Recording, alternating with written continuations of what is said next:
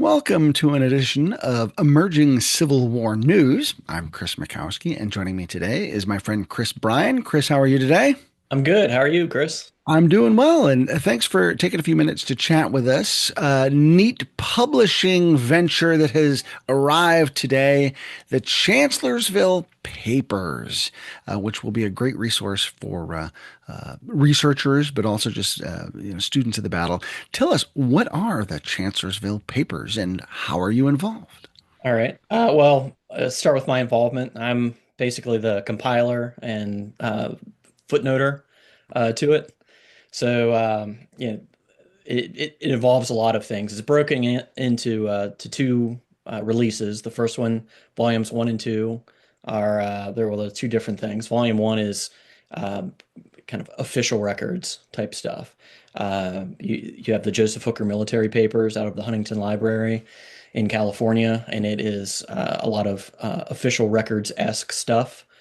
Some of the material actually is in the official records, but yeah, what I discovered after pulling all the stuff out of the collection that was in the official records, I realized that some of those items had things that weren't in the official records, like sent times and received times, or handwritten notes from Dan Butterfield or Joe Hooker. And so then I pulled all that stuff back into the collection and footnoted, saying, okay, this is in the OR, but this is what's different. It has so and you see that with the messages, the correspondences that you'd see in usually a volume two. And Uh, and that's particularly important because as Hooker is trying to coordinate with Sedgwick to come on in and kind of save his bacon on day three, and Butterfield's caught, and there are all sorts of communication issues. So having those timestamps is really important to that. right, and it's a campaign kind of bereft with communication issues, right? And so it has that. It has some official reports that aren't in the OR. Some, let's see, I think it's second, sixth, and 11th Corps reports that you don't see, and then a bunch of other stuff. A lot of things related to campaign planning and some post-campaign stuff like brevets and medals, write-ups for that, tabulations of property loss, casualties, all sorts of things like that. So that's Joseph Hooker military papers. There's a handful of letters from the Jeb Stuart military papers, which is mostly correspondence between Stuart and Lee. There's a few others sprinkled in there as well. And then we included the Joint Committee on the Conduct of the War for Chancellorsville. So that's volume one. So it's all of the kind of contemporaneous official document stuff. Now, Uh, let me quickly ask you, because infamously, Hooker does not file an official report for the Battle of Chancellorsville, which has left scholars with lots of questions for more than 160 years. What could you find in the Hooker papers that might shed additional light or provide some additional context because that official record is missing? well, I mean, they're all sorts of communications that you might be missing by not having the official records. I will say I'll just point out and in answer to your question, I'm gonna defer that to volume two actually, Sure, sure. but I'll point out a couple things that are in volume one that are pretty interesting. Um, they One of the sets of messages, it's in April 27th.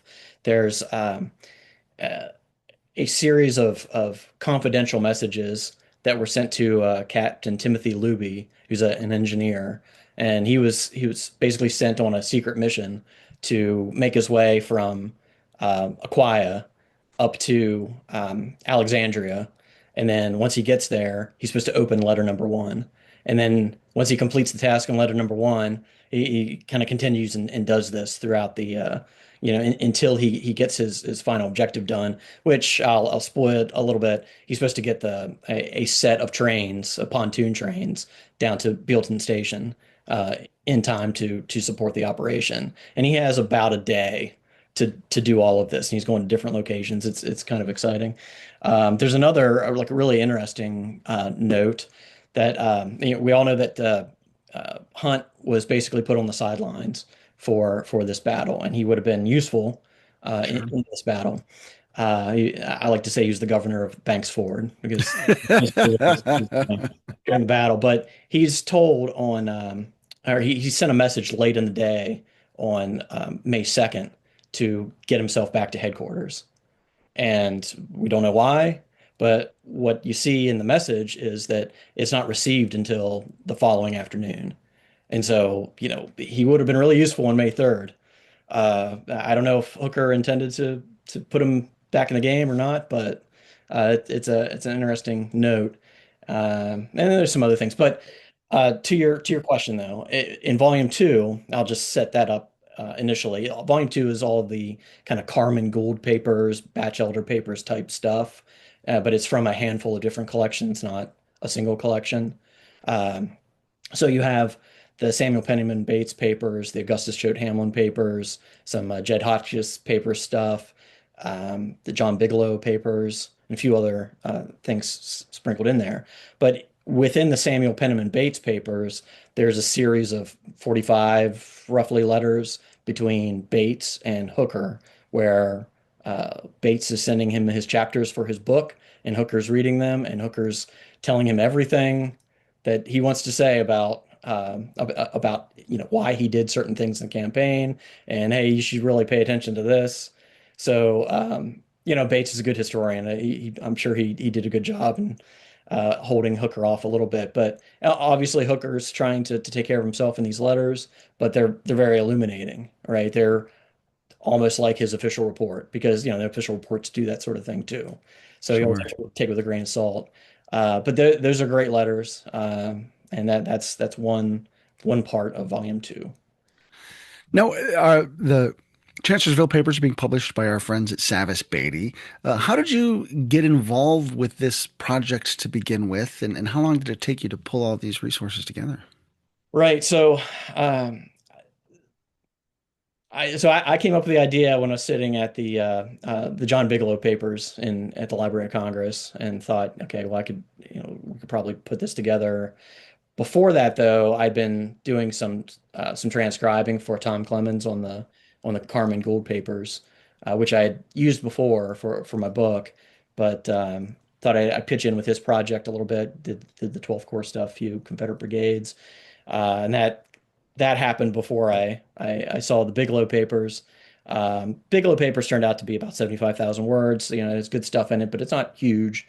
So I started looking around for other examples of authors having done books around that time period and doing the correspondences. It took me some effort to track down the Hamlin papers, and that's the biggest collection out of all of them. And it's to my knowledge they haven't been used in a secondary uh, manuscript to date, so they're untouched, which Yeah. is great. So I found those things, and then we eventually got the idea of learned what was in the Joseph Hooker military papers, Stephen Sears' book, in his and kind of bibliographical essay says that's the most important source for understanding the Chancellorsville campaign. So wanted to pull that string, and Yeah. it turned out to be most of Volume One, which is a lot of good material. And then we came up with the idea for two more volumes, most of which is a bunch of newspaper accounts. There's 300 and I have it written down here, Uh, 320 some, 312 newspapers that for the Chancellorsville campaign included. So how it came about was me looking at all of those things, and I went and bothered Ted until he realized it was a good idea, and yeah, put a lot. and I would probably equate this project, as the Batchelder Papers are to Gettysburg or the Carmen Papers are to Antietam. This is a collection of resources that would stand alongside those.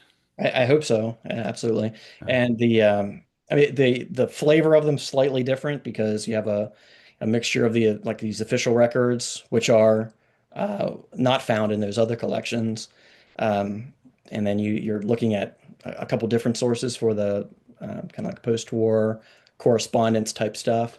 But I think taken together, it's a lot of very good material and I hope people find it useful. As far as how long it took, I think I started working on this in 2022, okay. something like that. Uh, yeah. It's been a few years. It's been a while then, huh? And obviously for a researcher like myself, this is going to be a treasure trove. For someone who may be a casual Civil War buff or someone who's got an interest in Chancellorsville, what are the sorts of things they might be able to take away from this collection? Well, it's just that you're saying just a casual interest. Is that what you said? Yeah. Yeah. I think the one really good part of it is when we get to volumes 3 and 4, all of the newspaper accounts are some of them are very interesting reading. So some of these folks are very well written, and I think it'll be really engaging. There's an interesting set of newspaper articles, actually two of them. They're from James Center and um, uh, Henry Clay Rowe or George Henry Clay Rowe. They were both civilians writing out of Fredericksburg, and they're describing a lot of the conditions in Fredericksburg after the Battle of Fredericksburg and leading up to the Chancellorsville campaign. And they have some views that are maybe not everybody agrees with, but being local there at the time, but they provide a lot of good detail um, on the conditions on the ground, some things about Confederate leadership personalities, that sort of thing. But a lot of really good items. I mean, also within Volume 2, so a lot of these accounts are really interesting. The Washington Roebling wrote something like 9 or 10 page Mm. letter to Bigelow that's has a lot of interesting detail on the campaign. He talks a lot about the decision to go eastward on May 1st, and when they were going, and the decision to come back to, and he was the unfortunate soul that had to carry the news to Henry Right. Slocum, and so that gets a little bit colorful. Thomas Munford writes a lot of letters to both Bigelow and to Hamlin, and he has a lot to say about different things, but some of these topics are kind of wide ranging outside of Chancellorsville. He has a lot to say about the movement around the Union right flank and his regiment's role in that. But also he gets into all kinds of other topics like how are horses provided to Confederate cavalry, and his he he was saying that there were some cliques within the Confederate cavalry as well. And he also said that Jeb Stuart stole the instruments for his regimental band, or tried to anyway. So it's colorful stuff all over the place. Lots of great tidbits. If people want to get a copy of the Chancellorsville Papers, how would you recommend they do that? Right. So if you just go to the Savas Beatie website, there's the header on the website cycles through a couple different things, but one of them is the Chancellorsville campaign papers, and there's a link there that'll take you to the landing page for it. And the add to cart button arrived today. It's no longer a wish list, so folks are cleared hot to go buy things. Very good. And how long till volumes 3 and 4? Well, they're done. Okay. It's just a matter of where it works out as far as Print schedule, what Ted whatever. wants to put in next and stuff. So, Very good. but it's on the shelf, ready to go. Very good. Well, Chris, congratulations. Thank you very much. Yeah, a major new resource for scholars of the Chancellorsville campaign, the Chancellorsville Papers, edited by Chris Bryan, available from Savas Beatie. Get your copy now. I've ordered mine and can't wait to get it. So, Chris, thank you very much for being with us today. Thank you for having me. Appreciate it. I'm Chris Mackowski for Emerging Civil War News. We'll see you online and on the battlefield.